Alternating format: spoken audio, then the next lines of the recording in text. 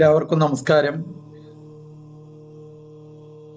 ഭാഗവതം സപ്തമ സ്കന്ധത്തിലെ നരസിംഹാവതാരം, അതിനോട് അനുബന്ധിച്ച് വർണ്ണാശ്രമ ധർമ്മങ്ങൾ, ഇതാണ് നമ്മൾ കുറച്ച് നേരം കൊണ്ട് ഒന്ന് അനുസ്മരിക്കണമെന്ന് വിചാരിക്കുന്നത്. ഭാഗവതം കേൾക്കാനായിട്ട് എത്തിച്ചേർന്ന എല്ലാ സുഹൃതികൾക്കും എൻ്റെ വിനീത പ്രണാമം. ഭഗവാന്റെ പാദങ്ങളിൽ വീണ് നമസ്കരിക്കുന്നു. ഭാഗവതം കേൾക്കാൻ വന്ന എല്ലാവരെയും വൈഷ്ണവരായിട്ട് കാണണം. എല്ലാവരും വൈഷ്ണവരാണ്. പറയുന്നതായിരിക്കുന്ന ആളും കേൾക്കുന്നതായിരിക്കുന്ന ആളും വിഷ്ണുവായിട്ട് തീരണം എന്ന് പറയും. ഞാനും വിഷ്ണു, നീയും വിഷ്ണു, ഞാനും വിഷ്ണു, നീയും വിഷ്ണു, അല്ലെ? ഭാഗവതം കേൾക്കാനായിട്ട് വന്നു കഴിഞ്ഞാൽ പിന്നെ നമ്മളല്ലാതായിട്ട് മാറി. എവിടെ ഇരുന്നിട്ടാണ് ഭാഗവതം പറയണത് എന്ന് ചോദിച്ചു കഴിഞ്ഞാൽ സത്യലോകത്ത് ഇരുന്നു കൊണ്ടാണ് ഭാഗവതം പറയുന്നത്. നമ്മൾ ഭാഗവതം കേൾക്കാനായിട്ട് വന്നിരിക്കുമ്പോൾ ഈ ഭൂലോകത്തിൽ നിന്നും നമ്മൾ ഉയർന്ന് സത്യലോകത്തതാ എത്തിച്ചേരുന്നു. അപ്പൊ ഈ ഭൂലോകത്തിലുള്ള ഒരു ദുഃഖവും നമ്മളെ ബാധിക്കുന്നില്ല. ഭാഗവതം കേൾക്കാൻ എപ്പോഴാണോ നമ്മൾ തയ്യാറാവുന്നത്, അതേ നിമിഷം തന്നെ എല്ലാവിധ ദുഃഖങ്ങളും നമ്മളിൽ നിന്ന് ഇല്ലാതായിട്ട് തീരുന്നു. കാരണം മറ്റൊരു ലോകത്തിരുന്നു കൊണ്ട് നമ്മൾ പറയണു, മറ്റൊരു ലോകത്തിരുന്നു കൊണ്ട് നമ്മൾ ഭാഗവതം കേൾക്കുന്നു. അതിലെ 6 സ്കന്ധങ്ങൾ കഴിഞ്ഞു. ഒന്നാമത്തെ സ്കന്ധം പ്രഥമ സ്കന്ധം എന്ന് പറയും. രണ്ടാമത്തെ സ്കന്ധത്തിന്റെ പേരാണ് ദ്വിതീയ സ്കന്ധം. അല്ലെ, പരീക്ഷിത് മഹാരാജാവിനെയും അതേപോലെ ഭാഗവതം പറയുന്നതായിരിക്കുന്ന ശ്രീശുക ബ്രഹ്മർഷിയെയും ഒക്കെ വർണ്ണിച്ചു. മൂന്നാമത്തെ സ്കന്ധം മുതൽ ലക്ഷണത്തോടു കൂടിയ ശ്രീമദ് ഭാഗവതം, സർഗം, സൃഷ്ടി. ചതുർത്ഥ സ്കന്ധത്തിലാണ് വിസർഗം, സൃഷ്ടിച്ച വസ്തുക്കളിൽ നിന്ന് ഉണ്ടായതായ കാര്യങ്ങൾ. അതാണ് ഇന്നലെ നമുക്ക് കേൾക്കാനായിട്ട് സാധിച്ച ദക്ഷയാഗം, ധ്രുവചരിത്രം, പിന്നീട് പൃഥുചരിത്രം, പുരഞ്ജനോപാഖ്യാനം തുടങ്ങിയതായ ഭാഗങ്ങളാണ് 4ാമത്തെ സ്കന്ധത്തിൽ വർണ്ണിക്കുന്നത്. 5ാമത്തെ സ്കന്ധത്തിലാണ് എന്നുണ്ടെങ്കിൽ സ്ഥാനം എന്നുള്ളതാണ് ലക്ഷണം. അപ്പൊ ഞാൻ എവിടെയാണ് ഇരിക്കുന്നത്, എവിടെ നിന്ന് ഞാൻ ഇവിടേക്ക് എത്തിച്ചേർന്നു, എവിടേക്ക് എത്തിച്ചേരാൻ വേണ്ടിയിട്ടാണ് ഞാനിവിടെ ഇരിക്കുന്നത്, ഈ ഒരു ബോധമുണ്ടാവാൻ വേണ്ടി താൻ ഇരിക്കുന്നതായ സ്ഥാനത്തിനെ വർണ്ണിക്കുന്നതാണ് പഞ്ചമസ്കന്ധം, ഭാഗവതത്തിലെ 5ാമത്തെ സ്കന്ധം.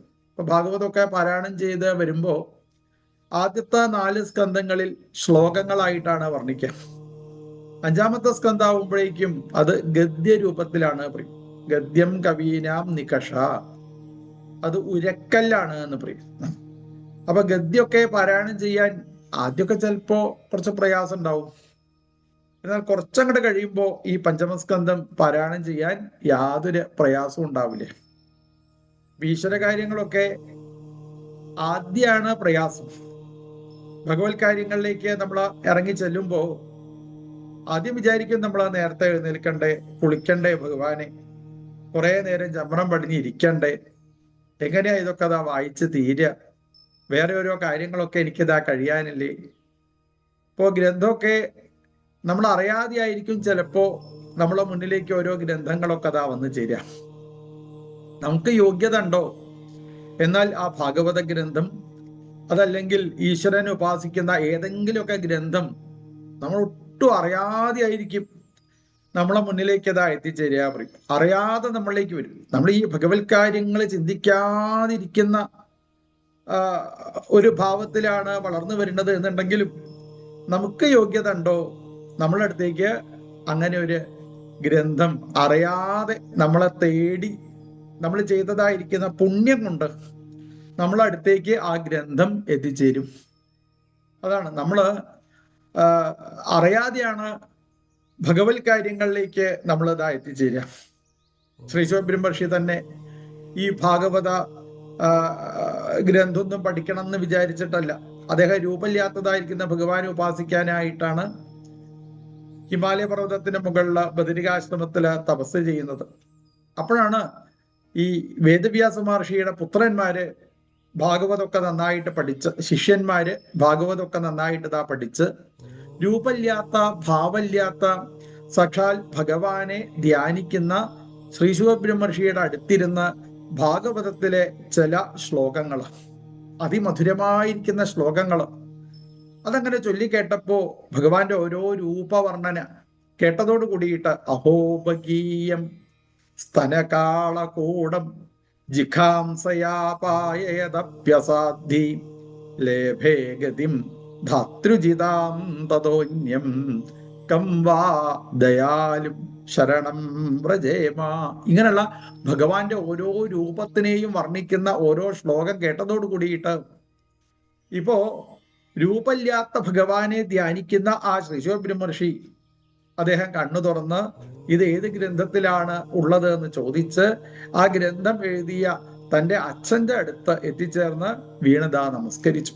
എന്നിട്ട് പറഞ്ഞു, അച്ഛ എനിക്കും ആ ഭാഗവതം ഉപദേശിച്ചതാ തരണേ.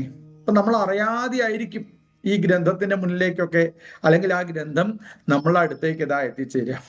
നമ്മൾ അറിയില്ല, ചിലപ്പോൾ നമ്മൾ വേറെ ഏതെങ്കിലുമൊക്കെ പേരില്ല ചിലപ്പോ അല്ലേ. സാധാരണയ്ക്ക് പറയാറുണ്ട്, ഈ നടക്കുന്നതിന്റെ ഇടയ്ക്ക് ഒരാൾ തൃശ്ശൂർ പോയി, തൃശ്ശൂർ പോയി, അന്നാണെച്ചാൽ തൃശ്ശൂർ പൂര, എന്തൊരു തിരക്കാ അറിയില്ല. അങ്ങനെ തൃശ്ശൂർ പൂരത്തിന് നടന്ന് അപ്പോഴൊരു ഗ്രന്ഥശാല കണ്ട് അവിടെ കയറി നോക്കിയ സമയത്ത് ഇയാൾക്ക് ഈ ആധ്യാത്മികമായിട്ട് യാതൊരു ബന്ധവുമില്ല. നോക്കിയ സമയത്ത് ഒരു പുസ്തകത്തിന്റെ മുള പേരെഴുതിയുണ്ട്. പേര് കണ്ടപ്പോ അദ്ദേഹം ശ്രദ്ധിച്ചു, എന്താണ്, സൗന്ദര്യ ലഹരി എന്നാ പേര്. ഇയാള് വിചാരിച്ചു ഇത് സൗന്ദര്യം കൂട്ടാനുള്ള എന്തെങ്കിലുമൊക്കെ പുസ്തകമാവും എന്ന് വിചാരിച്ച് സൗന്ദര്യ ലഹരി പുസ്തകം ആരും കാണാതെ പെട്ടെന്നെടുത്ത് വീട്ടിൽ പോയി. ആരും കാണിക്കാൻ പറ്റില്ല, മക്കളെ കാണിക്കാൻ പറ്റൂ, ഭാര്യരെ കാണിക്കാൻ പറ്റൂ. ഈ പുസ്തകം കയ്യിൽ വെച്ച് ഇയാള് ഉള്ളില് കയറി വാതില് അടച്ച് ഉള്ളിലിരുന്ന് തുറന്നു നോക്കിയത്രേ. സൗന്ദര്യം കൂട്ടാൻ എന്തൊക്കെയാ വേണ്ടത് എന്നുള്ളത് തുറന്നു നോക്കിയ സമയത്താണ് അതില് ശിവശക്തിയായുക്തോയതി ഭവതി ശക്ത പ്രഭവിതും ഇങ്ങനെയുള്ള സംസ്കൃത ശ്ലോകങ്ങളൊക്കെ കാണാനായിട്ട് സാധിച്ചത്. അപ്പൊ സംസ്കൃത ശ്ലോകങ്ങളൊക്കെ കണ്ടപ്പോ അയാൾ ആദ്യം അത് വായിച്ചു. കുറച്ച് കഴിഞ്ഞ സമയത്ത് പിന്നെയും വായിക്കണം എന്ന് തോന്നി, പിന്നെയും വായിക്കാനായിട്ട് പുറപ്പെട്ടു. അപ്പൊ ഈ ആദ്യമൊക്കെ പാരായണം ചെയ്യുന്ന സമയത്താണ് നമുക്ക് പ്രയാസം ഉണ്ടാവുക. ഇപ്പൊ ലളിതാസഹസ്രനാമത്തിന്റെ പുസ്തകം തന്നെ കയ്യിൽ കിട്ടിക്കഴിഞ്ഞാൽ നമുക്കറിയാലോ, ആ ഗ്രന്ഥം ആദ്യം വായിക്കുമ്പോൾ നമ്മൾ എന്ത് ചെയ്യും, 1-2 പേജൊക്കെ വായിക്കുക വെച്ചാൽ പിന്നെ ചിലപ്പോൾ മുഷിയും.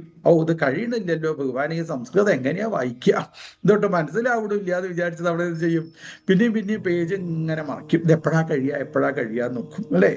അതൊക്കെ എപ്പോഴേ ഉള്ളൂ, ആദ്യം മാത്രമേ ഉള്ളൂ. കുറച്ചങ്ങോട്ട് കഴിഞ്ഞിട്ടുണ്ടെന്ന് വെച്ചാൽ പിന്നെ ഇത് കഴിഞ്ഞല്ലോ എന്നാണ് നമുക്ക് തോന്നുന്നത്. ഇതേപോലെയാണ് ഈശ്വരോപാസന എന്ന് പറയും.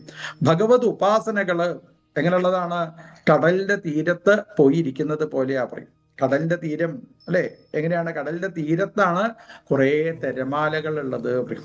ആ തിരമാലകൾ കണ്ട് പലരും കടലിലേക്ക് ഇറങ്ങിയില്ല വെച്ചാലോ ഒരിക്കലും കടലിലുള്ള ഒന്നും അവർക്ക് കിട്ടില്ല. എന്നാൽ ഈ തിരമാലകളൊക്കെ ഭേദിച്ച് ആ കടലിന്റെ നേരെ നടുക്കെത്തുമ്പോ, സമുദ്രത്തിന്റെ നേരെ നടുക്കെത്തുമ്പോ ഒരു തിരമാലകളും ഇല്ലാത്ത ശാന്തമായിരിക്കുന്ന അവസ്ഥയിലേക്ക് നമുക്ക് എത്തിച്ചേരാൻ സാധിക്കും. ഇതേപോലെയാണ് ഈശ്വരോപാസനയൊക്കെ തുടങ്ങുന്ന സമയത്ത് ചിലപ്പോൾ എന്തെങ്കിലുമൊക്കെ ഈ പ്രയാസങ്ങളൊക്കെ ചിലപ്പോ ഉണ്ടായിരിക്കും അല്ലെ. അതാണ് എല്ലാവർക്കും ഉള്ള അനുഭവമാണത്. ഓരോ പ്രയാസങ്ങളൊക്കെ ഈ ശ്രീകൃഷ്ണ ഭഗവാനും സ്വർണ്ണപ്പണിക്കാരനും ഒരേപോലെയാ പറയുന്ന. ശ്രീകൃഷ്ണ ഭഗവാനും സ്വർണ്ണപ്പണിക്കാരനും അല്ലെ, രണ്ടാൾക്കും ഒരേ സ്വഭാവ.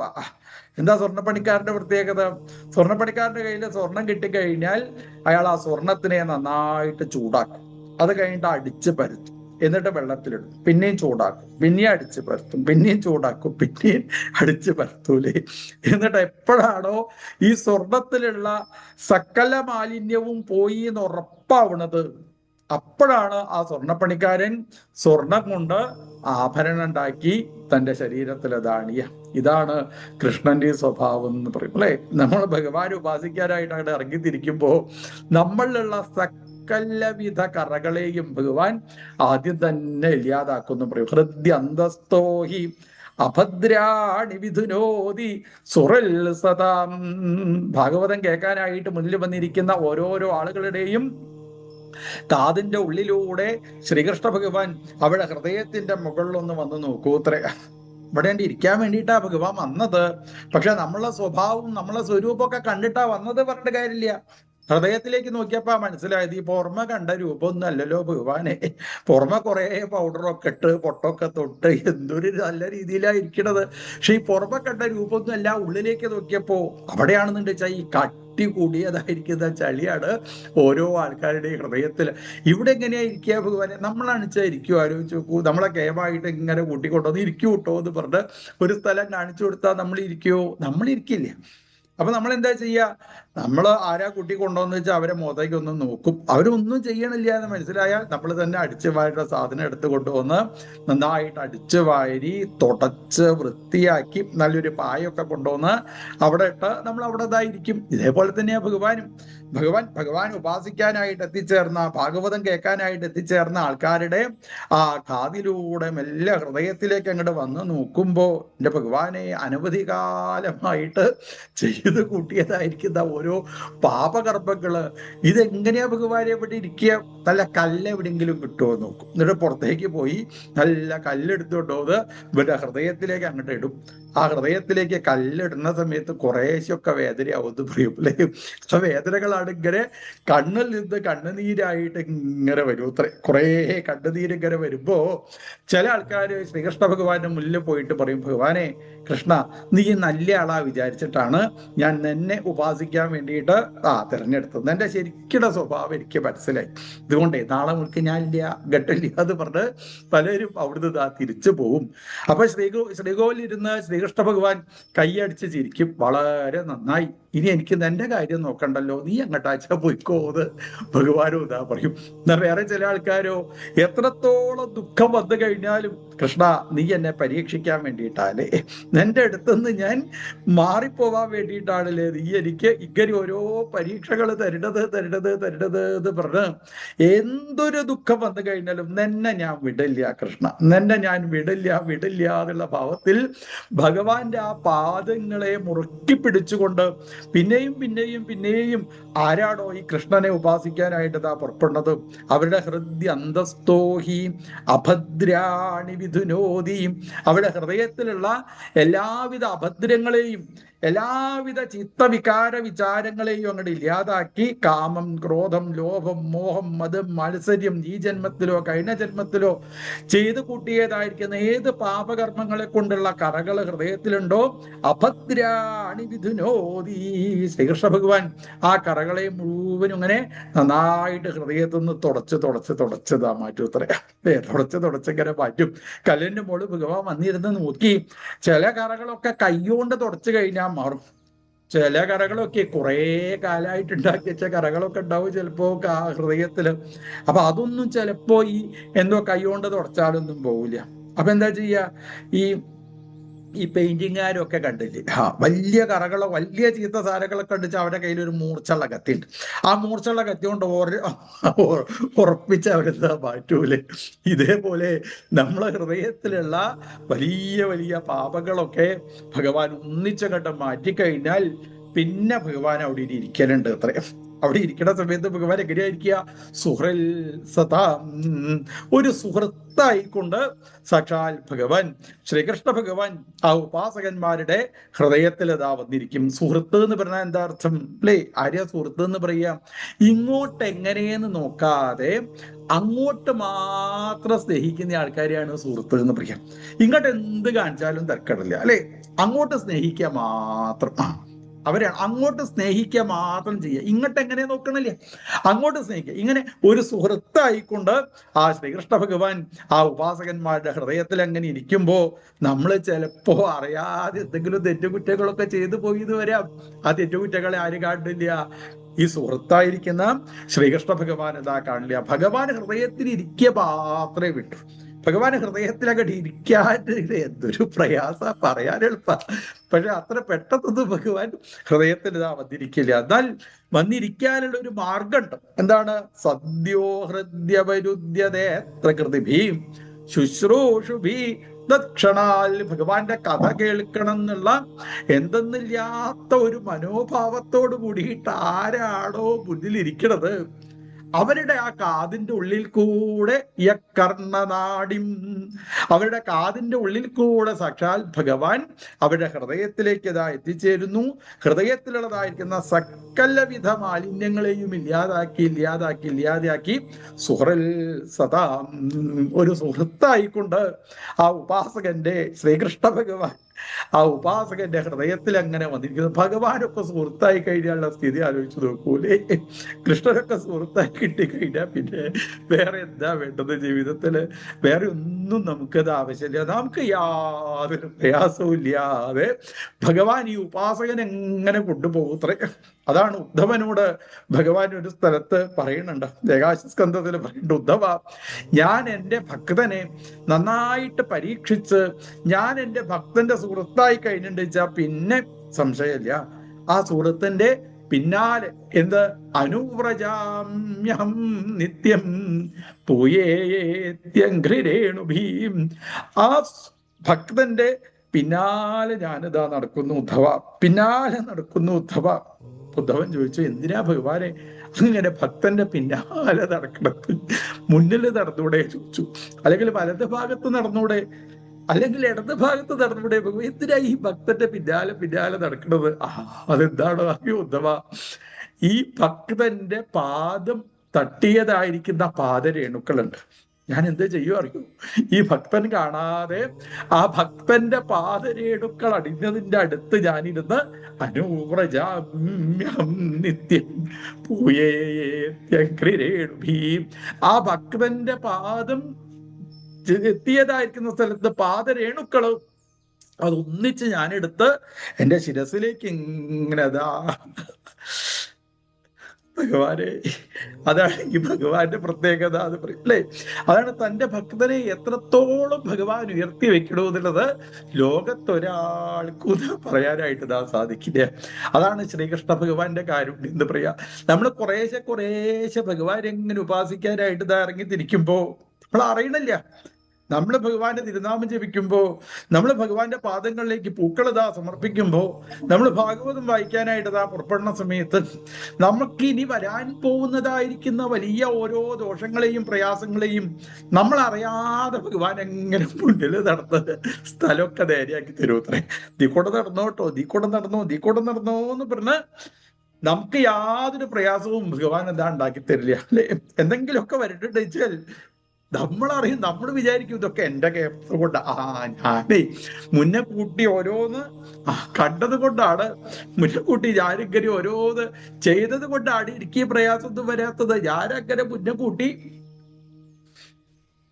ഞാൻ മുന്നേ കൂട്ടി ഓരോ കാര്യങ്ങൾ ഇതാ ചെയ്തത് കൊണ്ട് ഞാനാണ് കാരണം നമ്മൾ വിചാരിക്കും. ഒരിക്കലും നമ്മളല്ല കാരണം. ആരാണ്? നമ്മൾ ഉപാസിക്കുന്നതായിരിക്കുന്ന ആ ഭഗവാനാണ് നമുക്ക് വരുന്നതായിരിക്കുന്ന വലിയ വിഷമങ്ങളെ മുന്നേ കൂട്ടി തന്നെ ഇല്ലാതാക്കിയതാ. നമ്മൾ വിചാരിക്കും നമ്മളെ കേമത്താണ് എന്ന് നമ്മൾ വെറുതെ വിചാരിക്കുകയാണ്. ഒരിക്കലും നമ്മളല്ല കാരണക്കാര്. ആരാണ്? നമ്മൾ ഉപാസിക്കുന്നതായ ഭഗവാനാണ്. അങ്ങനെ ഭഗവാനെ എങ്ങനെ ഉപാസിക്കാൻ പുറപ്പെടുമ്പോൾ, ഭാഗവതം വായിക്കാൻ പുറപ്പെടുന്ന സമയത്ത്, ഭഗവാന്റെ തിരുനാമം ജപിക്കാനായിട്ട് പുറപ്പെടുന്ന സമയത്ത് ഭഗവാൻ അവിടെ ഇരുന്ന് ആലോചിക്കും, നാളെ അവൻ എന്തെങ്കിലുമൊക്കെ വരാൻ പോട്ടോ, ഏതെങ്കിലും പാപകർമ്മങ്ങളൊക്കെ ഇവ ചെയ്തിട്ട് എന്തെങ്കിലും ദുരിതം കയറി വരാൻ പോയിട്ടുണ്ടോ? ആ ദുരിതത്തിനൊക്കെ ആദ്യേ ഇല്ലാതാക്കി തീർക്കുന്ന കാരുണ്യവാരിധിയായിരിക്കുന്ന സർവേശ്വരനായിരിക്കുന്ന ഭഗവാൻ. ആ ഭഗവാന്റെ കഥകളാണ് ഇവിടെ ഭാഗവതത്തിൽ വർണ്ണിക്കണം. ഒന്നും വേണ്ടാത്രേ, ഒരു കാര്യവും ചെയ്യേണ്ടതില്ല.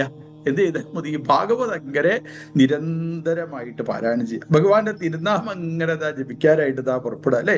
കാരണം നാരായണീയത്തിലൊക്കെ വർണ്ണിക്കണല്ലേ, പഠന്തോ നാമാനി പ്രമദഭരസിന്ധോ നിപതിതാ സ്മരന്തോ രൂപം ദേവരദ കഥയന്തോ ഗുണകഥ ചരന്തോ യേ ഭക്താ ത്വയി ഖലു രമന്തേ പരമമുൻ അഹം ധന്യാന്യേ സമധികത സർവാഭിലഷിതാൻ. നമ്മൾ എന്താ ആഗ്രഹിക്കുന്നത്? ധന്യത ഉണ്ടാവണേ ഭഗവാനെ, ധന്യരായിട്ട് തീരണേ, ധന്യരാവണേ. എപ്പോഴും സന്തോഷത്തോടു കൂടിയിട്ട് ഇരിക്കണം എന്ന് വിചാരിക്കുന്ന ഒരാള് എന്ത് ചെയ്താൽ മതി? പഠന്തോ നാമാനി, രാവിലെ നേരത്തെ എഴുന്നേറ്റ് കുളിച്ച് ഭഗവാന്റെ നാമം ഇങ്ങനെ ജപിക്കാൻ വേണ്ടിയിട്ട് ശ്രമിക്കുക. നാമം ജപിക്കുക, നാമം ജപിച്ച്. അപ്പൊ ഒരാൾ ചോദിച്ചു, ഉത്തരം എങ്ങനെ കുറെ നേരം നിങ്ങൾക്ക് ഇങ്ങനെ നാമം ജപിക്കുമ്പോൾ ബുഷിയൊന്നും ഇല്ലേ ചോദിച്ചു. അല്ല, കുറെ നേരം ഇങ്ങനെ നാമം ജപിക്കുന്ന സമയത്ത് അല്ല ബുഷിയൊന്നും ഇല്ലേ? ഇനിയിപ്പൊ അങ്ങനെ മുഷിഞ്ഞാൽ ഞങ്ങൾ എന്ത് ചെയ്യും? പഠന്തോ നാമാനി പ്രമദഭരസിന്ധോ നിപതിതാ സ്മരന്തോ രൂപം തേ. ഭഗവാന്റെ അതിമനോഹരമായിരിക്കുന്ന കഥകൾ, ആ കഥകൾ ഇങ്ങനെ ഒരു സ്ഥലത്തിരുന്ന് നന്നായിട്ട് അങ്ങനെ ശ്രദ്ധിക്കാനായിട്ട് പുറപ്പെടും. കഥ എങ്ങനെ ശ്രദ്ധിച്ച് കഥയിലേക്ക് എന്നെ എങ്ങനെ മനസ്സ് വെച്ച് കഴിഞ്ഞാൽ പിന്നെ ആ കഥയിലുള്ള ഓരോ രൂപങ്ങളുണ്ട്. ഓരോ രൂപത്തിനെയാണ് ഭാഗവതത്തിൽ വർണ്ണിക്കുന്നത്. ഭഗവാന്റെ അതിമനോഹരമായിരിക്കുന്ന പല രൂപങ്ങൾ അടങ്ങിയതായ ശ്ലോകങ്ങൾ അങ്ങനെ മനസ്സിലേക്ക് വിചാരിച്ചുകൊണ്ട് ആ രൂപത്തിനെ തന്നെ മനസ്സിലേക്ക് ധ്യാനിക്കാനായിട്ട് പുറപ്പെടും. സ്മരന്തോ, ഭഗവാന്റെ അതിമനോഹരമായിരിക്കുന്ന സ്വരൂപത്തിനെ മനസ്സിലേക്ക് അങ്ങനെ ധ്യാനിക്കാൻ വേണ്ടിയിട്ട് ശ്രമിക്കും. അല്ലെ, പലതരത്തിലുള്ള ഭഗവാന്റെ സ്വരൂപങ്ങൾ, സ്ഥിതം, വ്രജന്തം, ആസീനം, ശയാനം, ഗുഹാശയം. അല്ലെ, ഇരിക്കുന്നതായിരിക്കുന്ന ശ്രീകൃഷ്ണ ഭഗവാനെ, നിൽക്കുന്നതായിരിക്കുന്ന ഭഗവാനെ, ഓടക്കുഴലെ കയ്യിലേക്ക് എടുത്തിരിക്കുന്നതായ സാക്ഷാത് ശ്രീകൃഷ്ണ ഭഗവാനെ ഒക്കെ മനസ്സിലേക്ക് അങ്ങനെ ധ്യാനിച്ചുകൊണ്ട് തൃക്കാല് രണ്ടും പിണച്ച തിരുമുഖകമലം ദക്ഷിണേ ചച്ചുവെച്ചും തൃക്കൈയിൽ കാഞ്ചനോടക്കുടലും അത പിടിച്ചൂതി മന്ദം ഹസിച്ചും തക്കത്തിൽ പീലി ചൂടിക്കരിമുകിൽ വടിവും പൊണ്ടു നിൽക്കും മുകുന്ദൻ നൽ കാരുണ്യേന നിത്യം മമഹൃതി കളിയാടിയിടുവാൻ കൈ തൊഴുന്നേൻ. നല്ലതായിരിക്കുന്ന ഒരു സ്ഥലത്തിരുന്ന് ഭഗവാന്റെ അതിമനോഹരമായിരിക്കുന്ന സ്വരൂപത്തിനെ അങ്ങനെ ധ്യാനിക്കാനായിട്ട് പുറപ്പെടുന്ന സമയത്ത് അങ്ങനെയുള്ള ഭഗവാന്റെ അമൃതാകുന്ന കഥയിലേക്ക് ഇറങ്ങി തിരിച്ച്, അല്ലെ, ഭഗവത് സ്മൃതി, ഭഗവാനെ തന്നെ നമ്മളെ മനസ്സാകുന്ന പാത്രത്തിലേക്ക് ഭഗവാനെ തന്നെ കുത്തി നിറയ്ക്കാനായിട്ട് സാധിച്ചു കഴിഞ്ഞാൽ എങ്ങനെ? നേത്രയി ശ്രോത്രയിശ്ച പീത്വാ, കണ്ണുകൊണ്ടും കാതുകൊണ്ടും. ചില ആൾക്കാര് ശ്രീകൃഷ്ണ ഭഗവാന്റെ മുല്ലങ്ങനെ നിന്ന് പെട്ടെന്ന് മാറില്ല. അവരെന്ത് ചെയ്യും? ഭഗവാന്റെ പാദങ്ങളെ നോക്കും.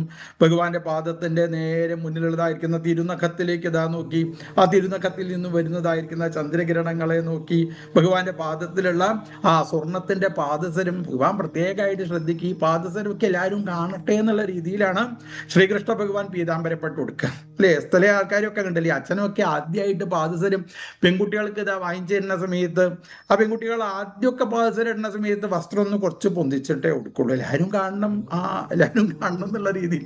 ഇതേപോലെ ശ്രീകൃഷ്ണ ഭഗവാനും അതെ, എല്ലാവരും ഏറ്റവും സ്വർണ്ണ പാദസരങ്ങൾ കാണട്ടെ എന്നുള്ള രീതിയിൽ ഭഗവാന്റെ ആ പാദങ്ങളിലുള്ളതായിരിക്കുന്ന സ്വർണ്ണ പാദസരത്തിനെ തന്നെ നോക്കി, ഭഗവാന്റെ പീതാംബരപ്പെട്ടിനെ നോക്കി, ഭഗവാന്റെ അരയിലുള്ളതായിരിക്കുന്ന ആ കിങ്ങിണിയെ നോക്കി, അല്ലെ, ഭഗവാൻ അണിഞ്ഞതായിരിക്കുന്ന വനമാലയെ തന്നെ നോക്കിക്കൊണ്ട് അതിമനോഹരമായിട്ട് പുഞ്ചിരിക്കുന്ന ശ്രീകൃഷ്ണ ഭഗവാനെ, അല്ലെ, കാരുണ്യ കടാക്ഷം പൊഴിക്കുന്ന തൃക്കണ്ണുകളോടുകൂടി ഗോപിക്കുറിയൊക്കെ ചാർത്തി കാതിലൊക്കെ ആഭരണങ്ങളൊക്കെ അണിഞ്ഞ് തലമുടി മുഴുവനും മുകളിലേക്ക് വെച്ച് കെട്ടി മയിൽപ്പീലി അണിഞ്ഞതായിരിക്കുന്ന ഭഗവാന്റെ സ്മരന്തോ രൂപം തേ.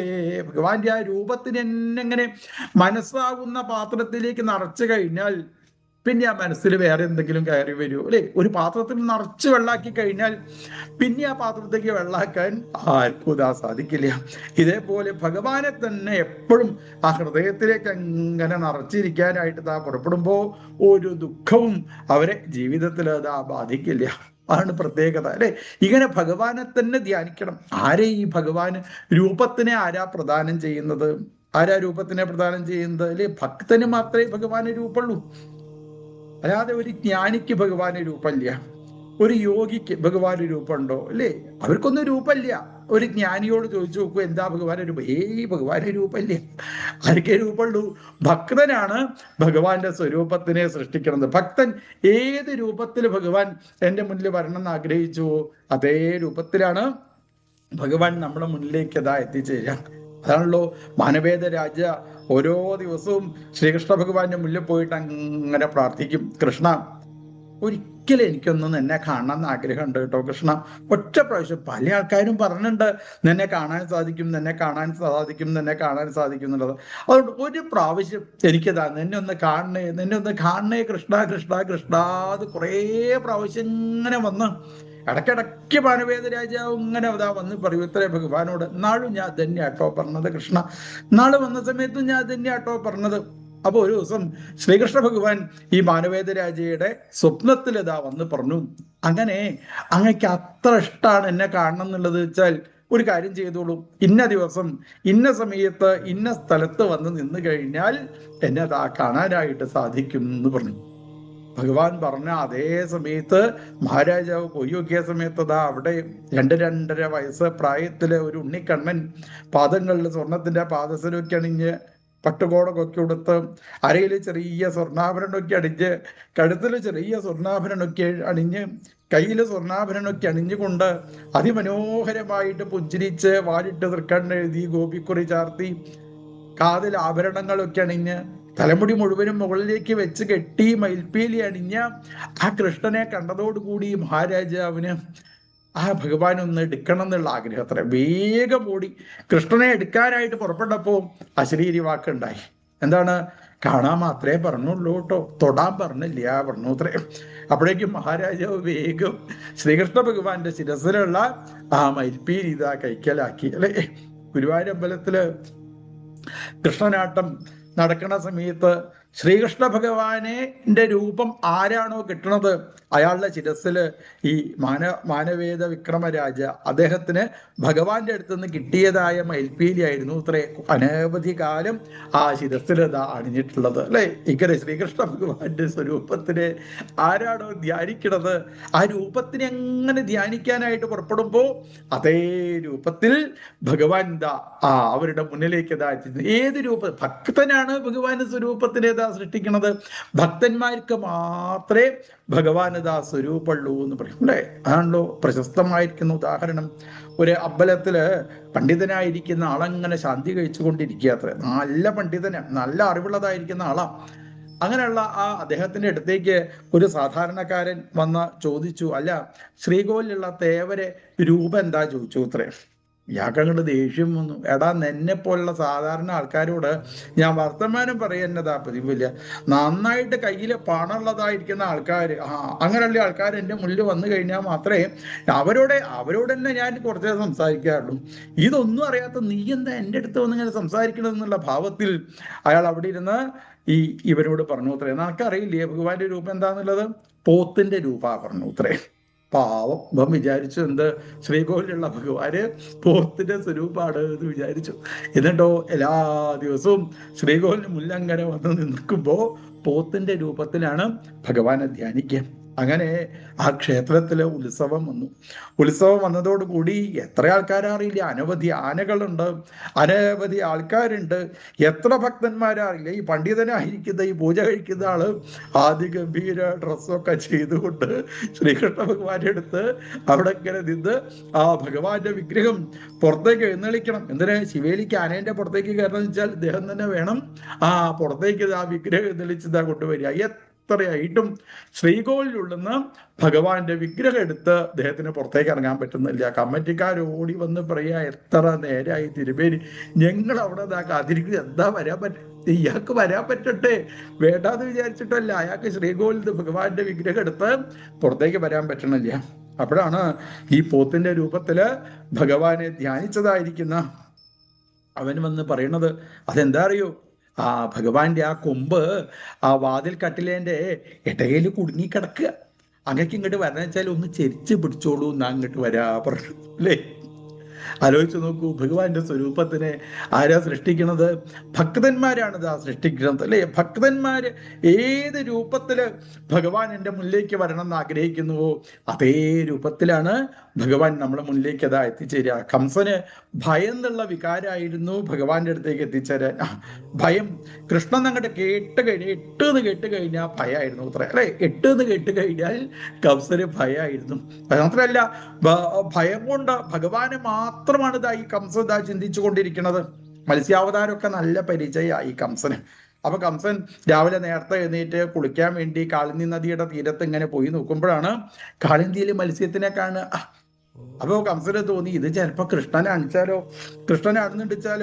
ഞാൻ ചിലപ്പോ വെള്ളത്തേക്ക് ഇറങ്ങുന്ന സമയത്ത് ഈ മത്സ്യം വന്ന് എന്നെ വിഴുങ്ങിയാലോ. കുളിക്കണില്ല, കഴിഞ്ഞില്ലേ, വെള്ളത്തേക്ക് ഇറങ്ങിയാലല്ലേ കുഴപ്പമുള്ളൂ, അങ്ങനെ കുളിക്കില്ല അത്ര. ഇങ്ങനെ കംസനെ കുളിക്കില്ല. ആദ്യമായിട്ട് കുളിമുറി ഉണ്ടാക്കി കുളിച്ചത് ആരാ ചോദിച്ചാൽ ഈ കംസന. അതൊക്കെ കുളിയില്ല, കുളിക്കാൻ തന്നെ വെള്ളത്തിൽ ഇറങ്ങി കഴിഞ്ഞാൽ കുളിമുറി എന്നൊക്കെ കുളിക്കുക വെച്ചാൽ ചിലപ്പോ മത്സ്യം കയറി വരില്ലല്ലോ. അങ്ങനെ മത്സ്യത്തിനെ കാണുന്നു. ആസീനഹ, ഒരു സ്ഥലത്ത് ഇരിക്കാൻ സാധിക്കുന്നില്ല കംസന്. ഒരു ഉരുള ഭുഞ്ചാന പര്യടൻ മഹിം, ഒരു ഉരുള കയ്യിലേക്ക് അങ്ങോട്ട് എടുക്കുമ്പോഴാണ് കംസന് ബോധം വരിക അത്രേ. എന്താണ്? വാമനാവതാരം ഓർമ്മ വരും. ചിലപ്പോ ഈ അരിന്റെ ഉള്ളിലേറ്റം കൃഷ്ണൻ വന്നിരുന്നാലോ, ചിലപ്പോ ഞാൻ ഈ ഉരുള ഞാൻ കഴിച്ചു കഴിഞ്ഞാൽ, ഈ ഭക്ഷണം കഴിച്ചു കഴിഞ്ഞാൽ എന്റെ വയറിന്റെ ഉള്ളിൽ നിന്ന് ഭഗവാൻ അങ്ങോട്ട് വലുതായി കഴിഞ്ഞാൽ ഞാൻ മരിച്ചു പോവില്ലേ. അതുകൊണ്ട് ഭക്ഷണം കഴിക്കണില്ല. കംസൻ ഭക്ഷണമേ കഴിക്കണില്ല അത്രേ. ഭയം കൊണ്ട് കംസൻ ഭക്ഷണം കഴിക്കും. കംസന്റെ ഭാര്യമാരുണ്ട്, അസ്ഥിയും പ്രാപ്തിയും ഒക്കെ വന്ന് ഇടയ്ക്കിടയ്ക്ക് ഇങ്ങനെ പറയാ, എന്താ നിങ്ങൾ ഇങ്ങനെ വലിയ പോയാലോ, അതുകൊണ്ട് എന്താ ഭക്ഷണം കഴിക്കാത്തത്, എന്താ മനുഷ്യ. ഇവരോട് പറയാൻ പറ്റുമോ? ഇവരോട് പറയാൻ പറ്റില്ല. ആര് ഭക്ഷണം തന്നു കഴിഞ്ഞാലും കംസൻ കഴിക്കില്ല അത്രേ. ഭയാൽ കംസ, ഭയം എന്നുള്ള വികാരം കൊണ്ട് എപ്പോഴും ഭഗവാനെ തന്നെയാണ് കംസൻ മനസ്സിലേക്ക് ഇതാ ധ്യാനിച്ചു കൊണ്ടിരിക്കുന്നത് അല്ലെ. ആലോചിച്ച് നോക്കൂ, എപ്പോഴും കംസന്റെ മനസ്സിൽ ആരാ? കൃഷ്ണൻ മാത്രമാണ്, ഭഗവാൻ മാത്രമാണ്. നമ്മളൊക്കെ ഭക്തന്മാരാണ് എന്നൊക്കെ പറയുന്നുണ്ട്. എത്ര നേരം ഭഗവാനെ മനസ്സിലേക്ക് ധ്യാനിക്കുന്നുണ്ട് അല്ലെ. എത്ര നേരം നമുക്ക് ഭഗവാനെ മനസ്സിലേക്ക് ധ്യാനിക്കാൻ സാധിക്കുന്നുണ്ട്. ഇവിടെ ഭാഗവതം കേൾക്കുന്ന സമയത്ത് പോലും, ഭാഗവതം പറയുന്ന സമയത്ത് പോലും ഇപ്പൊ നമുക്ക് ആ ഭഗവാനെ മാത്രം മനസ്സിലേക്ക് ധ്യാനിക്കാൻ സാധിക്കുന്നില്ല അല്ലേ. എന്നാ ഈ കംസൻ എപ്പോഴും ആരെയാ ധ്യാനിച്ചു കൊണ്ടിരിക്കുന്നത്? ഭഗവാനെ മാത്രമാണ്. ഭയം എന്നുള്ള വികാരാണ് എന്ന് മാത്രം. അതാണ് ഭാഗവതത്തില് ഒരു സ്ഥലത്ത് വർണ്ണിക്കും, മന്യേ സുരാൻ ഭാഗവതാൻ നസ്ത്യധീശേ. ഭാഗവതന്മാര് ആരൊക്കെയാ? ഭാഗവതന്മാര് കംസ ഭാഗവതര്, ഹിരണ്യാക്ഷ ഭാഗവതര്, ഹിരണ്യകശിപു ഭാഗവതര്, ഇവരൊക്കെയാണ് ഭാഗവതന്മാര്, ഭക്തന്മാര് എന്ന് പറയുന്നത്. അല്ലാതെ സാധാരണ അമ്പലത്തിലേക്ക് വന്ന് ശ്രീകോവിലിന്റെ മുന്നിൽ അങ്ങനെ തൊഴുന്ന സമയത്ത് ഇപ്പുറത്തുനിന്ന് ആരെങ്കിലും തൊഴാൻ വന്നാൽ കൈ കൊണ്ട് രക്ഷപ്പെടും, മാറിക്കട അവിടെ, ഞാൻ തൊഴട്ടെ എന്നിട്ട് പോയി നടക്ക് തൊഴുക. ഇങ്ങനെയല്ലേ ആൾക്കാർ എങ്ങനെയാ ഈ ഭക്തന്മാര് എന്ന് പറയാല്ലേ. എന്നാ കംസനെ എപ്പോഴും ആര്യാ ധ്യാനിച്ചു കൊണ്ടിരിക്കുന്നത്? ഭഗവാനെ മാത്രമാണ്. എങ്ങനെ? ഭയം എന്നുള്ള വികാരാണ് എന്ന് മാത്രം. അതേത്രേ. ഹിരണ്യാക്ഷനായാലും ശരി, ഹിരണ്യകശിപു ആയാലും ശരി, ചേതി രാജാക്കന്മാരായിരിക്കുന്ന ശിശുപാലനായാലും ശരി, അതാണ് ഏന പ്രകാരേണ മനഃകൃഷ്ണേ നിവേശയിൽ. ഏത് രീതിയിൽ എന്ന് നോക്കാതെ ഭഗവാനെ മാത്രമാണോ ഒരാള് ധ്യാനിച്ചു കൊണ്ടിരിക്കുന്നത്, ആ രൂപത്തിൽ ആ ഭഗവാൻ അവരുടെ മുന്നിലേക്ക് ഇതാ എത്തിച്ചേരുന്നു. എങ്ങനെ? ഈ വേട്ടാളൻ എന്ന് പറയും. വേട്ടാളൻ ഒരു പുഴുവിനെ കൊണ്ടുപോയി തന്റെ കൂട്ടിൽ കൊണ്ടുപോയിട്ട് വെക്കും. എന്നിട്ട് എപ്പോഴും മുന്നിലിരുന്ന് ഇങ്ങനെ ശബ്ദം ഉണ്ടാക്കുന്ന സമയത്തൊക്കെ ഈ പുഴു ആര്യ കാണുക?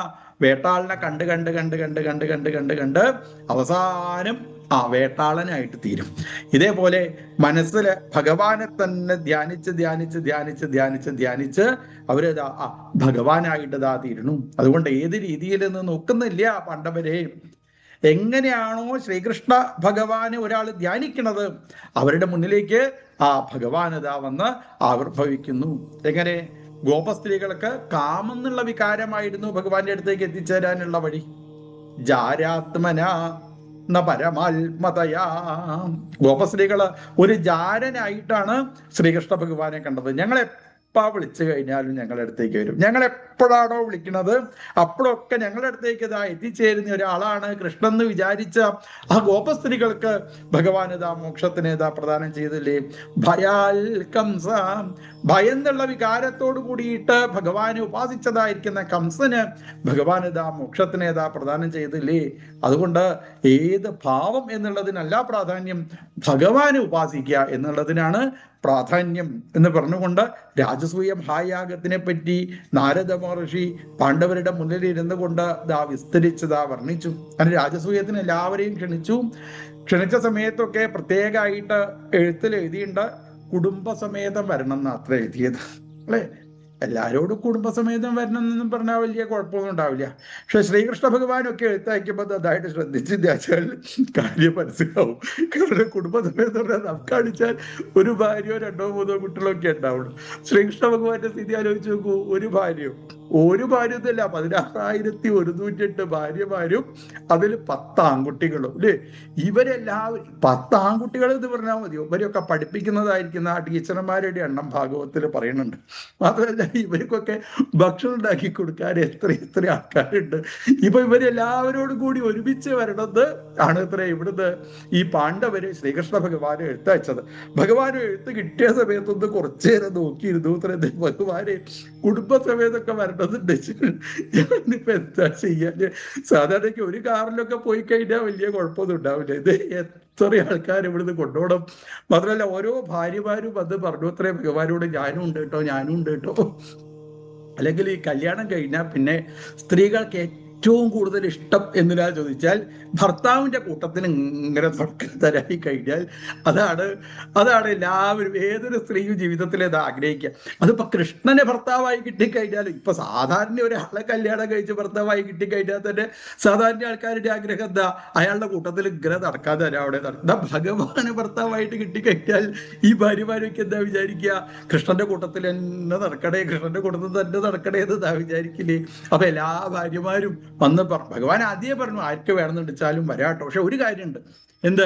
അവിടെ പോയിട്ട് ഇനി അതില്ല അങ്ങനെയില്ല അതൊന്നും പറഞ്ഞ് എനിക്ക് അടിച്ച വേറെ കുറെ ജോലി ഉണ്ടാവും അവിടെ രാജസൂയത്തിന്. അപ്പൊ എന്നെ വന്ന് ഇങ്ങനെ ബുദ്ധിമുട്ടിക്കാൻ പാടില്ല, വേണ്ട കാര്യങ്ങളൊക്കെ ആദ്യമേ പെട്ടിയിലാക്കി എത്തോളാൻ പറഞ്ഞിട്ടുണ്ട് അത്ര. അങ്ങനെ ഈ പെട്ടിയൊക്കെ കൊണ്ടുപോകണ്ടേ? അപ്പൊ എത്ര വാഹനങ്ങൾ വേണ്ടി വരും? ആലോചിച്ച് നോക്കൂ. അവിടുന്നുള്ള ആ ദ്വാരകയിൽ നിന്ന് ഇന്ദ്രപ്രസ്ഥത്തിലേക്കുള്ള ഒരു യാത്രയെ ഭാഗവതത്തിൽ വർണ്ണിക്കുന്നുണ്ട്. എങ്ങനെ? തിമിംഗിലോർമിഭീം, ഈ കടലൊക്കെ സമുദ്രമൊക്കെ എരച്ച് വരുന്നത് എങ്ങനെയാണ്? അതേപോലെയാണ് ദ്വാരകയിൽ നിന്ന് ശ്രീകൃഷ്ണ ഭഗവാൻ കുടുംബസമേതം ശ്രീകൃഷ്ണ ഭഗവാൻ 10 ആൺകുട്ടികള്, ഇവരൊക്കെ കല്യാണം കഴിച്ച് കൊടുത്ത് സഹിക്കുന്ന ആൾക്കാര്, ഇങ്ങനെ എല്ലാവരും കൂടി ഒരുമിച്ചാണ് ആ ദ്വാരകയിൽ നിന്ന് ഇപ്പോ ഇന്ദ്രപ്രസ്ഥത്തിലേക്ക് യാത്ര ചെയ്യണത്. ഇന്ദ്രപ്രസ്ഥത്തിൽ അങ്ങോട്ട് എത്തിയതോട് കൂടിയിട്ട് അവിടെ നേരെ മുന്നിൽ കാത്തു നിൽക്കുന്നുണ്ട് പാണ്ഡവര് 5 പേര്. അവരുടെ ഭാര്യയായിരിക്കുന്ന ദ്രൗപദി ദേവി നേരെ മുന്നിൽ നിൽക്കുന്നുണ്ട്. നേരെ മുന്നിൽ നിൽക്കുന്നുണ്ട് ശ്രീകൃഷ്ണ ഭഗവാന്റെ അച്ഛന്റെ സഹോദരിയായിരിക്കുന്ന കുന്തി ദേവി. ആ കുന്തി ദേവിയെ കണ്ടതോടുകൂടി ശ്രീകൃഷ്ണ ഭഗവാൻ വന്ന് കുന്തി ദേവിയുടെ പാദങ്ങളിലേക്ക് വീണതാ നമസ്കരിച്ചു. കുന്തിദേവിക്ക് എത്രയാ വയസ്സായത് അറിയില്ല. നന്നായിട്ട് വയസ്സായ ആ കുന്തിദേവി ഇപ്പോ ഒരു സ്ഥലത്ത് ഇരുന്നു. എന്നിട്ട് കൃഷ്ണനെ അടുത്തേക്ക് വിളിച്ചു. ഉത്തരേ, കൃഷ്ണ ഇവിടെ വാ പറഞ്ഞു, ഇവിടെ ഇരിക്കുക പറഞ്ഞു, എന്റെ മടിയിൽ ഇരിക്കുക പറഞ്ഞു. ഭഗവാന്റെ സ്ഥിതിയോ, ഭഗവാന്റെ കുട്ടികളൊക്കെ ആയിട്ടുണ്ട്. ആ ഭഗവാനാണ് ഇപ്പോ വയസ്സായ കുന്തിദേവിയുടെ മടിയിൽ കയറിയിരിക്കുന്നത്. മടിയിലിരിക്കുന്ന കൃഷ്ണനോട് ചോദിച്ചു, കൃഷ്ണ നിനക്ക് ഞാൻ പണ്ട് ചെറിയ കുട്ടിയായിരിക്കണ സമയത്ത് നിനക്ക് ഞാൻ വെള്ളിപ്പാത്രത്തില് കുറെ ഭക്ഷണമൊക്കെ ആക്കി ഉരുട്ടി നെയ്യിന്റെ ഉരുളയാക്കിയിട്ട് ഞാൻ നിനക്ക് വായലേക്ക് തന്നുണ്ട്. നിനക്കിപ്പം അങ്ങനെ കഴിക്കണം എന്ന് ആഗ്രഹം ഉണ്ടോ ചോദിച്ചു അത്രേ. ഇപ്പൊ ഭഗവാൻ ആഗ്രഹമൊക്കെ ഉണ്ട്. ഭഗവാൻ ഇപ്പോ തൻ്റെ ചെറിയ കുട്ടികളെ മുന്നിലിരുന്ന് എങ്ങനെയാ ആഗ്രഹം ഉണ്ട് എന്ന് പറയാ. ഭഗവാൻ തലയോണ്ട് ഇങ്ങനെ കാണിച്ചു അത്രേ. ആഗ്രഹം ഉണ്ട് കേട്ടോ പറഞ്ഞു.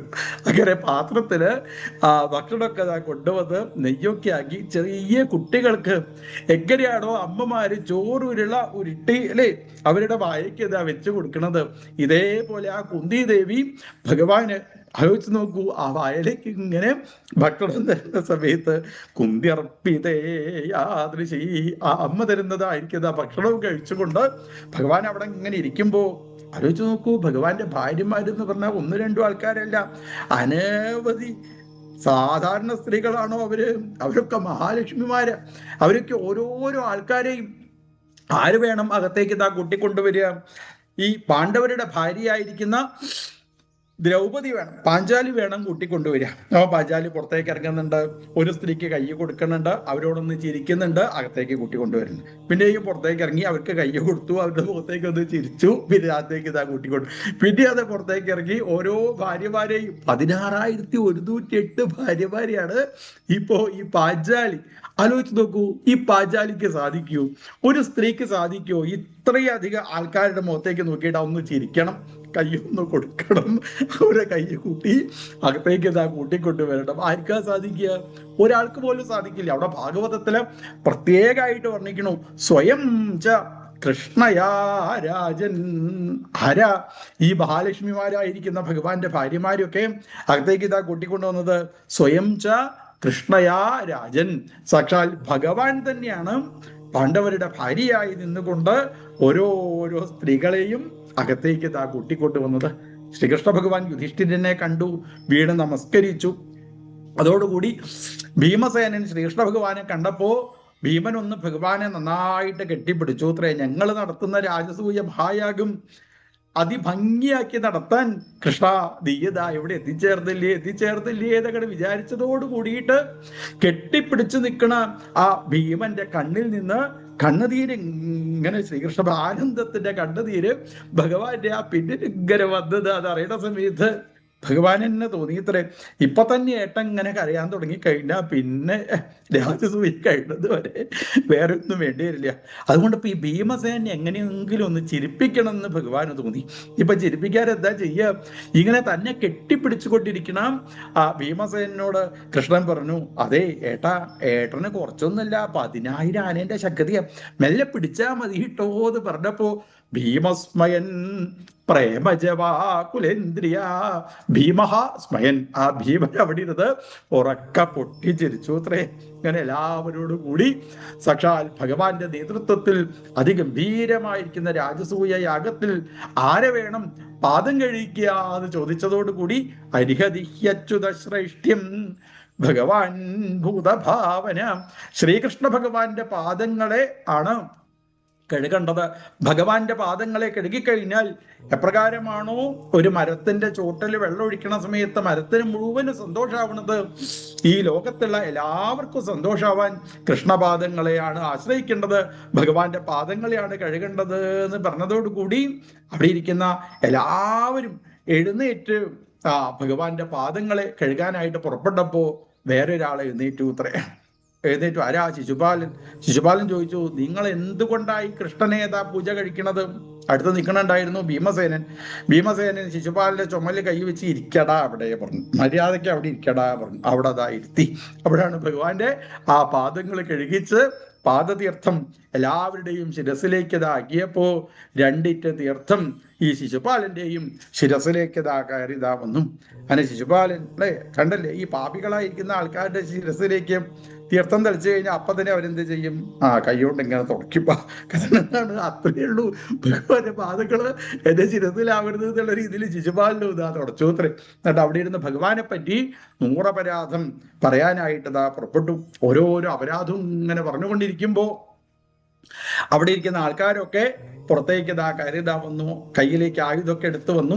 ഭഗവാൻ പറഞ്ഞു, നിങ്ങളല്ലല്ലോ പറയുന്നത്, എന്നല്ലേ പറയുന്നത്, അവൻ പറയാ കഴിയട്ടെ. പക്ഷെ ഓരോരോ അപരാധവും പറയുന്ന സമയത്ത് ഭഗവാൻ അവിടെ ഇരുന്ന് ഇങ്ങനെ കയ്യിൽ ഇങ്ങനെ എണ്ണുന്നുണ്ട്. 1 2 3 4 5 6 7. അവിടെ ഇരിക്കുന്ന ആൾക്കാരൊക്കെ തോന്നി, ഇതെന്താ ഈ LKG കുട്ടികൾ ഇങ്ങനെ പഠിക്കണത് പോലെ 1 2 3 ഭഗവാൻ കൈകൊണ്ട് ഇതാ എണ്ണം പിടിക്കണത്. എന്താ എണ്ണം പിടിക്കണത്? ഈ ശിശുപാലന്റെ അമ്മയ്ക്ക് ഭഗവാൻ ഒരു വരം കൊടുത്തിട്ടുണ്ടായിരുന്നു അത്രേ. എന്താ വരം ചോദിച്ചാൽ, ശ്രീകൃഷ്ണ ഭഗവാൻ ഈ ഭൂമിയിൽ അവതരിച്ചത് പോലെ തന്നെയാണ് ശിശുപാലനും ഭൂമിയിൽ അവതരിച്ചത്. ഭഗവാൻ അവതരിച്ചപ്പോൾ 4 കൈ ഉണ്ടായിരുന്നു, ശിശുപാലൻ അവതരിച്ച സമയത്തും 4 കൈ ഉണ്ടായിരുന്നു. ഭഗവാൻ അവതരിച്ചപ്പോ ഒരു അശരീരി വാക്കുണ്ടായിരുന്നു. ഇതേപോലെ ഈ ശിശുപാലൻ അവതരിച്ചപ്പോഴും ഒരു അശരീരി വാക്ക്. എന്താ അശരീരി വാക്ക്? ആരുടെ മടിയിൽ ഇരിക്കുന്ന സമയത്താണോ ഈ ഉണ്ണിയുടെ 2 കൈ കൊഴിഞ്ഞു പോണത്, അയാളാണ് ശിശുപാലനെ വധിക്കുക. ഈ അശരീരി വാക്ക് കേട്ടപ്പോ ഈ അമ്മ ആരുണ്ണിയെ കാണാൻ വരുന്ന സമയത്തും ആ ഉണ്ണിയെ മടിയിലൊന്ന് വെക്കൂ അത്രേ. എന്നിട്ട് നന്നായിട്ട് നോക്കും, കൈ കൊഴിഞ്ഞു പോണുണ്ടോ നോക്കും. അപ്പൊ കൃഷ്ണന്റെ മടിയിൽ ഇരുന്നപ്പോ 2 കൈ കൊഴിഞ്ഞു പോയി.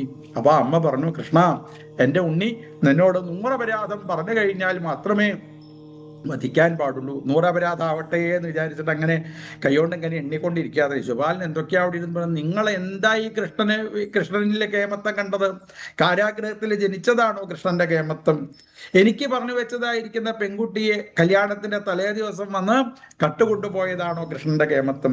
പെൺകുട്ടികള് ആഭരണം അണിഞ്ഞു നടക്കുന്നത് പോലെ അണിഞ്ഞു നടക്കുന്നതാണോ ഇവന്റെതാ കേമത്തം? അല്ലെ, അമ്മാമനെ കൊന്നതാണോ ഇവന്റെ കേമത്തം? അങ്ങനെ ഓരോന്ന് പറയുന്ന സമയത്ത് ഭഗവാൻ അങ്ങനെ എണ്ണ അത്രേ 99 എണ്ണി 100ാമത് പറഞ്ഞതോടുകൂടി തന്റെ കയ്യിലുള്ളതായിരിക്കുന്ന തൃച്ചക്രം എടുത്ത് ആ ശിശുപാലിന് ഭഗവാൻ മോക്ഷത്തിനെ പ്രദാനം ചെയ്തു. ശിശുപാലിന്റെ ശരീരത്തിന്റെ ഉള്ളിലുള്ളതായിരിക്കുന്ന ദിവ്യമായിരിക്കുന്ന തേജസ് ഭഗവാന്റെ പാദങ്ങളിൽ അങ്ങനെ വന്ന് ലയിക്കുന്നത് കണ്ടതോട് കൂടിയിട്ട് പാണ്ഡവര് ചോദിച്ചു, എന്തേ ഭഗവാനെ പറ്റിയിട്ട് വേണ്ടാത്തത് പറയുന്ന ആൾക്കാരുടെ നാവിന്റെ മുള മഹാരോഗം വരുന്നാണ് ഞാനിതാ കേട്ടത്. എന്നിട്ടും എന്തേ ഈ ഭഗവാൻ ശിശുപാലിന് മോക്ഷം കൊടുക്കാനുള്ള കാരണം? ഇപ്പൊ പറഞ്ഞു, നിങ്ങൾ വിചാരിച്ചത് പോലെ ഒരാളല്ല ഭഗവാൻ. ഒരാൾ എങ്ങനെ തന്നെ ഉപാസിക്കുന്നു എന്ന് നോക്കുന്നില്ല. ഏതെങ്കിലും രീതിയിൽ ഭഗവാനെ മാത്രമാണോ ചിന്തിക്കുന്നത്, അവർക്ക് ഭഗവാൻ മോക്ഷത്തിനേതാ പ്രദാനം ചെയ്യും എന്ന് പറഞ്ഞ് നാരദ മഹർഷി അവിടെ ഇരുന്ന് ഒരു കഥ പറയാനായിട്ട് പുറപ്പെട്ടു. നരസിംഹാവതാരം പറയുന്നുണ്ട് എന്ന് കേട്ടതോടുകൂടി എല്ലാവരും സഹസിലേക്ക് കയറി വന്നു. ഉഗ്രം വീരം മഹാവിഷ്ണു ജ്വലന്തം സർവതോമുഖം നരസിംഹം ഭീഷണം ഭദ്രം മൃത്യും നമമ്യം.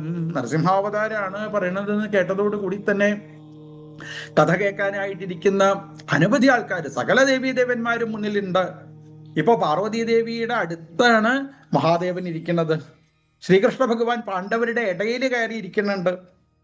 മാത്രമല്ല ബ്രഹ്മാവിന്റെ അടുത്തിരിക്കുന്നുണ്ട് സരസ്വതീ ദേവി.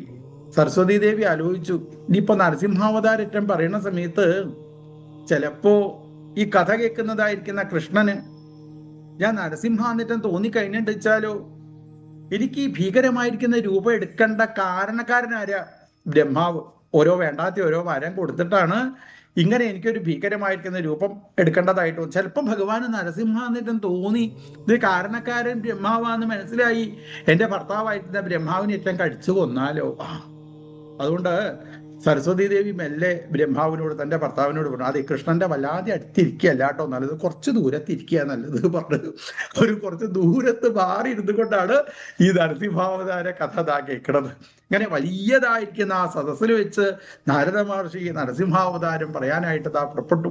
ഹിരണ്യാക്ഷനെ കാടൻ പന്നിയുടെ വേഷം കെട്ടി വന്ന് മഹാവിഷ്ണു വധിച്ചു എന്ന് മനസ്സിലാക്കിയ ഹിരണ്യകശിപ്പു തന്റെ കയ്യില് ശൂലം ഉയർത്തിപ്പിടിച്ചുകൊണ്ട് പറഞ്ഞു, എൻ്റെ സഹോദരന് രക്തത്തിനോടാണ് കൂടുതൽ താല്പര്യം.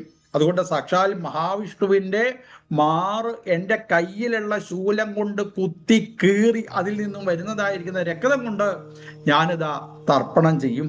അതിഗംഭീരമായിരിക്കുന്ന തപസ്സനുഷ്ഠിക്കാൻ വേണ്ടി മന്ദരപർവ്വതത്തിന്റെ മുകളിലേക്ക് കയറിപ്പോയി. ഊർധ്വബാഹുർന്നഭോ ദൃഷ്ടിയും, ഒരു കാലിന്റെ മുകളിലേക്ക് മറ്റൊരു കാല് കയറ്റി വെച്ച് 2 കൈയും മുകളിലേക്ക് വെച്ച് കണ്ണുകൊണ്ട് സൂര്യചന്ദ്രന്മാരെ നോക്കി അതിഗംഭീരമായിരിക്കുന്ന തപസ്. ആ തപസ്സില് ശരീരത്തിലേക്ക് ചെതൽപ്പുറ്റുകൾ കയറി വരുന്നത് പോലും അദ്ദേഹം അറിഞ്ഞില്ലാത്രേ. ആലോചിച്ച് നോക്കൂ, നമ്മളൊക്കെ ശരീരത്തിൽ ചെറിയൊരു എറുമ്പ് അരിച്ചാൽ നമുക്ക് പിന്നെ മുന്നിലുള്ള കൃഷ്ണനെ ഒന്നും ഓർമ്മ ഉണ്ടാവില്ല, അല്ലെ? മുന്നിൽ ആദ്യം ഓർമ്മ ഉണ്ടാവില്ല. ഈ ഹിരണ്യകശിപുവിന്റെ സ്ഥിതിയോ അദ്ദേഹത്തിന്റെ ആ മനസ്സിന്റെ സാന്നിധ്യമാണ് കാണിക്കണത്, അല്ലെ? ആ മനോനിയന്ത്രണം ആരെ മാത്രമാണ് കാണുന്നത്?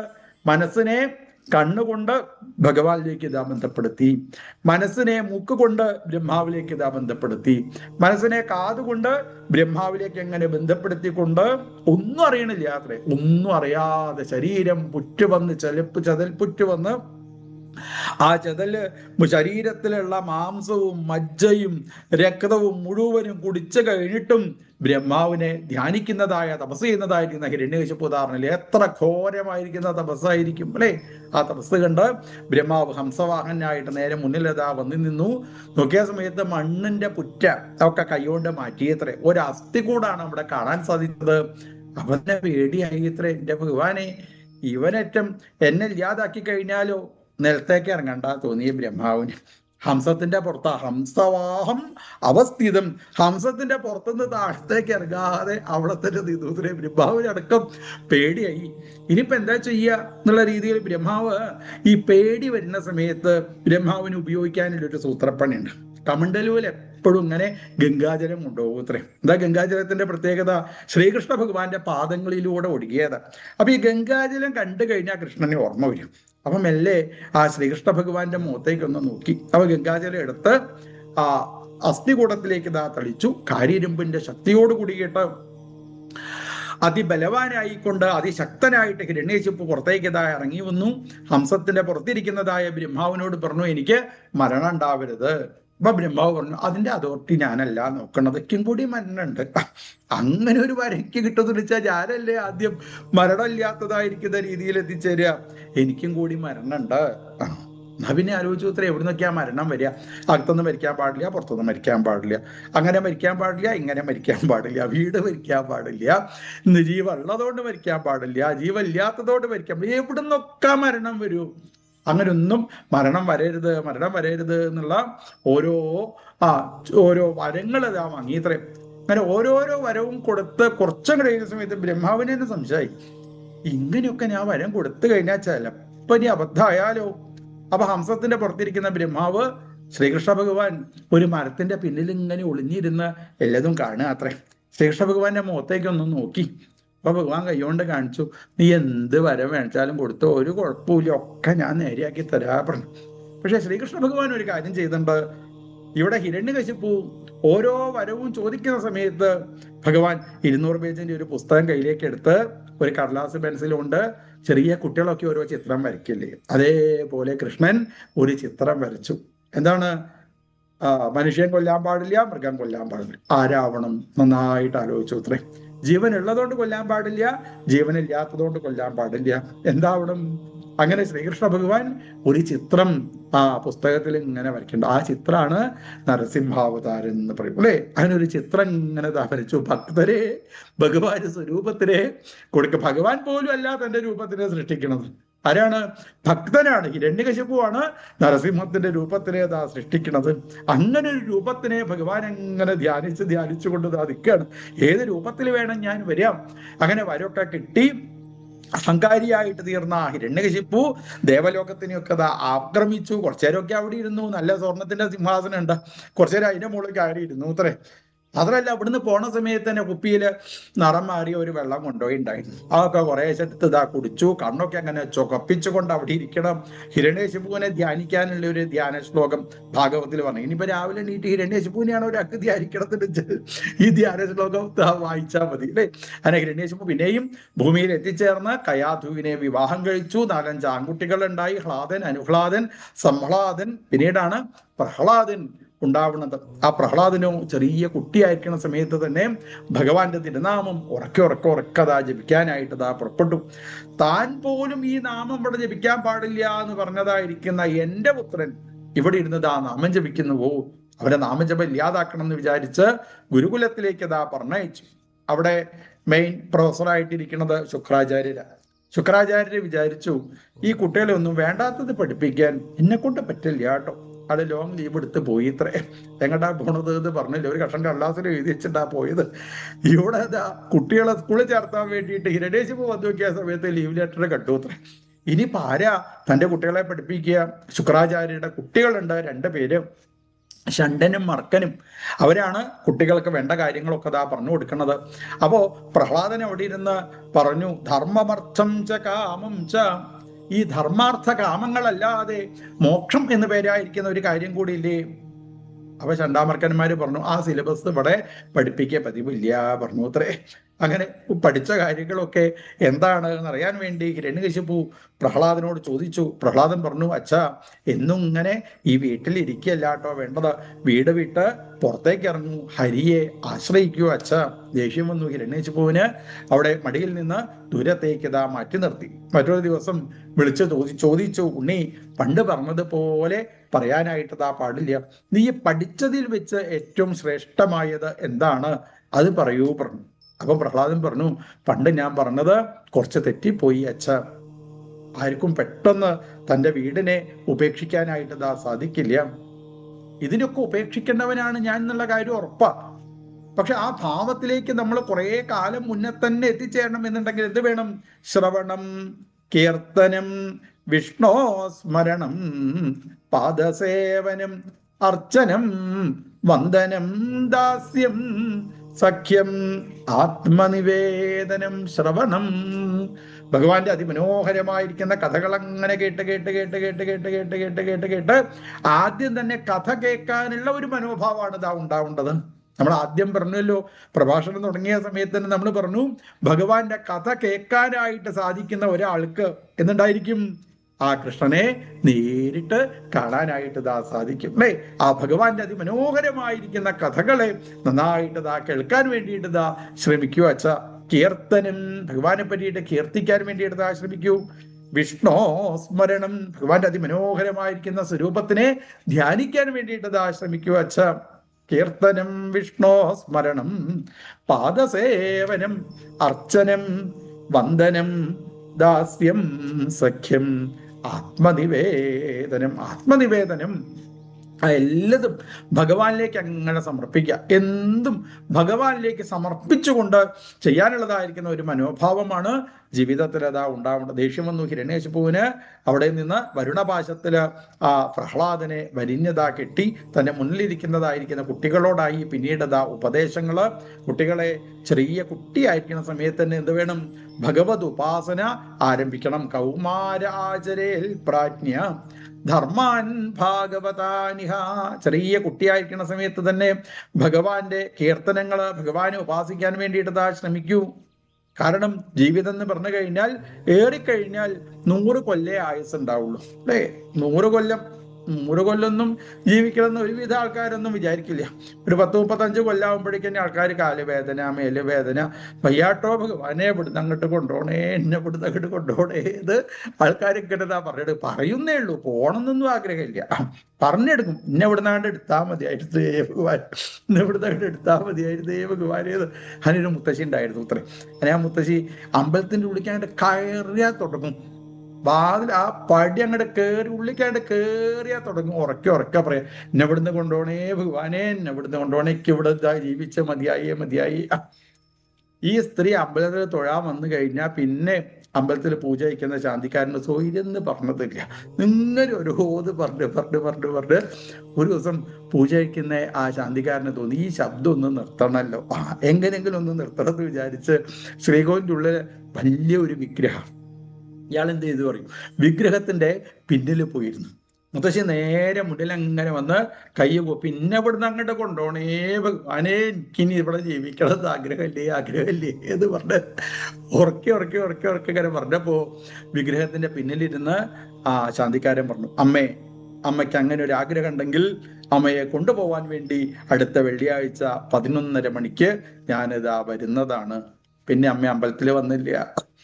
പിന്നെ അമ്മയ്ക്ക് അമ്പലത്തിൽ വരണമെന്നെ തോന്നി. എല്ലാവരും ഇങ്ങനെ പറയും വരുന്നുണ്ടെച്ചാലും പിന്നെ ജീവിക്കണം തന്നെയാണ് എല്ലാവർക്കും ജീവിതത്തിൽ അത് ആഗ്രഹം അല്ലേ? പക്ഷേ ആലോചിച്ച് നോക്കൂ, എന്തായാലും കുറച്ച് കഴിഞ്ഞാൽ ഈ ശരീരം വിട്ട് ഈ ലോകത്തുനിന്ന് യാത്രയാവണം എന്നുള്ള കാര്യം ഉറപ്പാണ്.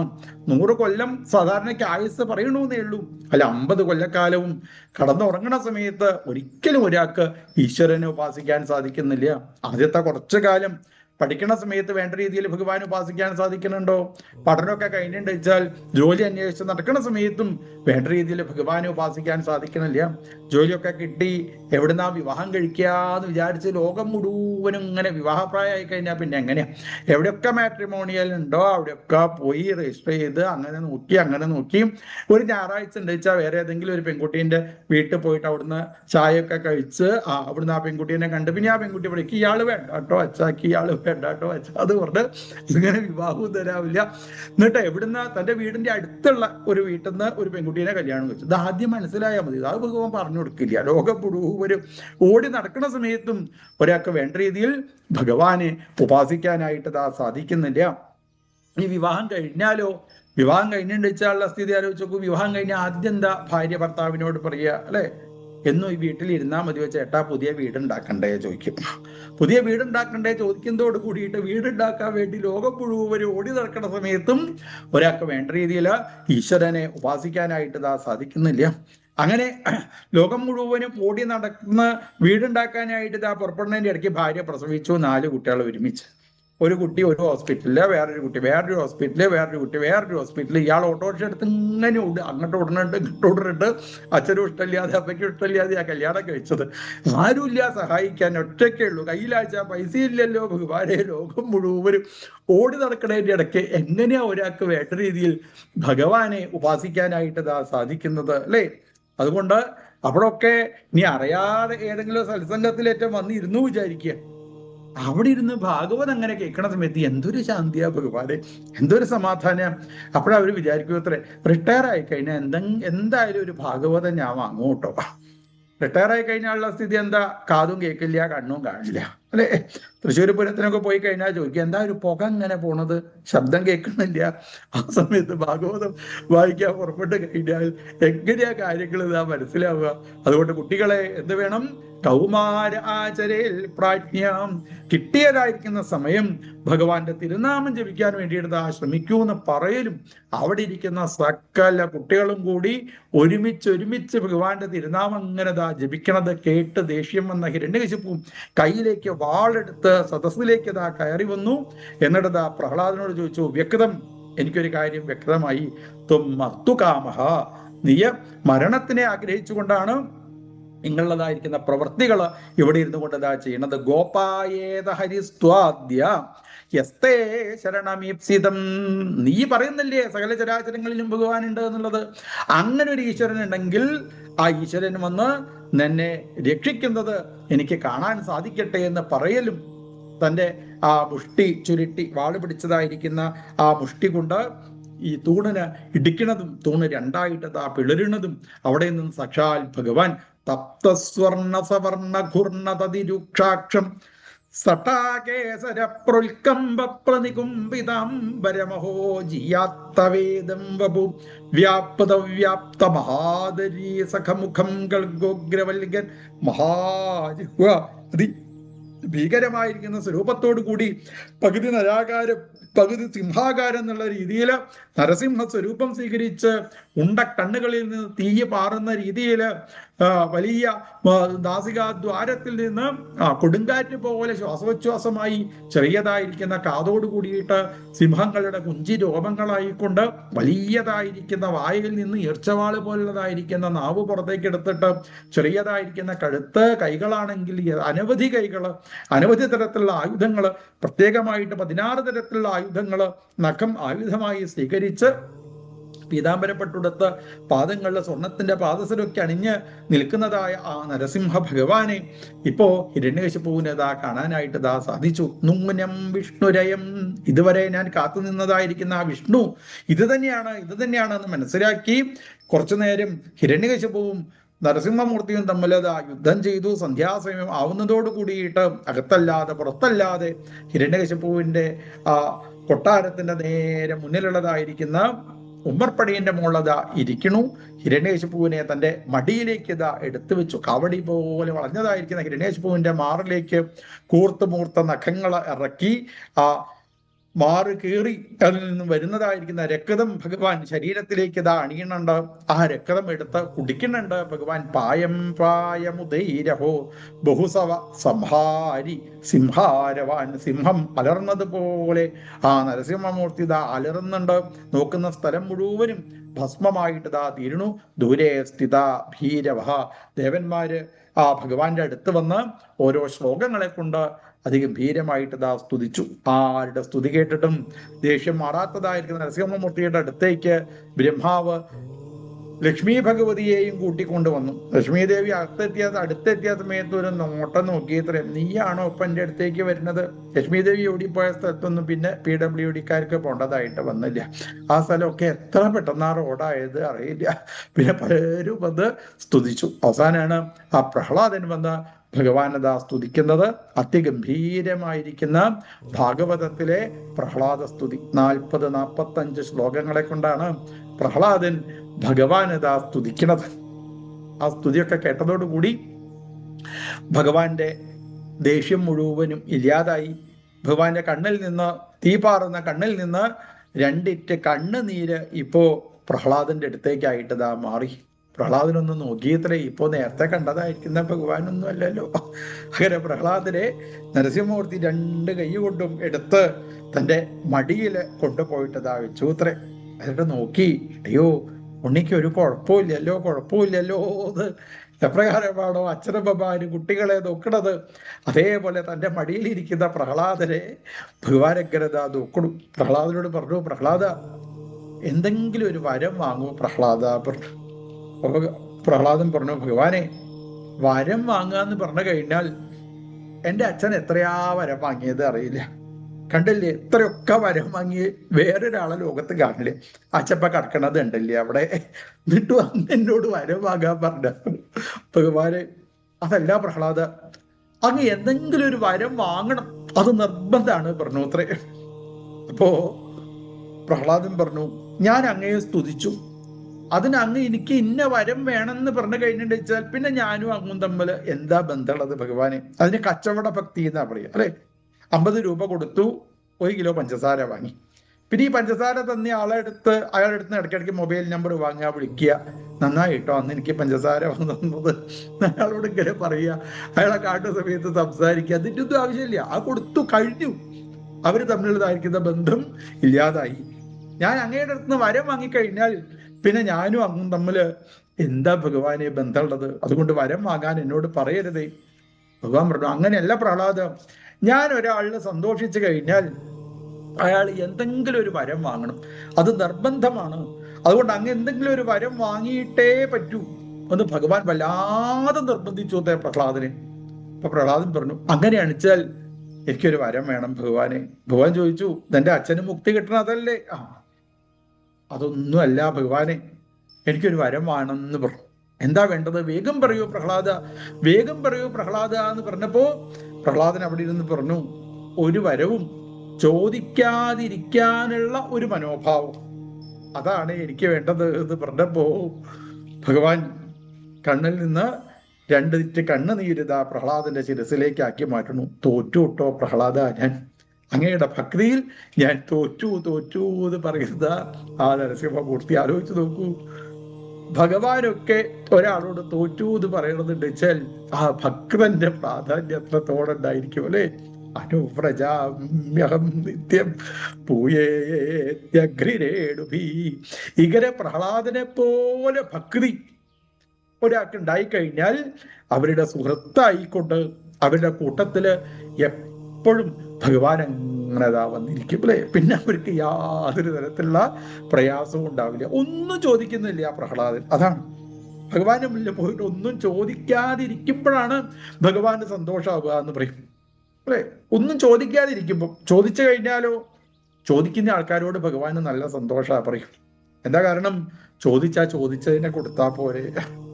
ചോദിച്ചില്ലാച്ചാലോ ഭഗവാന് സംശയമായി, ഇവരെന്താ കൊടുക്കേണ്ടത് അല്ലെ, ഇവരെന്താ കൊടുക്കേണ്ടത് എന്ന് ആലോചിച്ച് എന്തെങ്കിലും ചോദിച്ചു കഴിഞ്ഞാൽ ചോദിച്ചതിനെ ഭഗവാൻ കൊടുക്കും.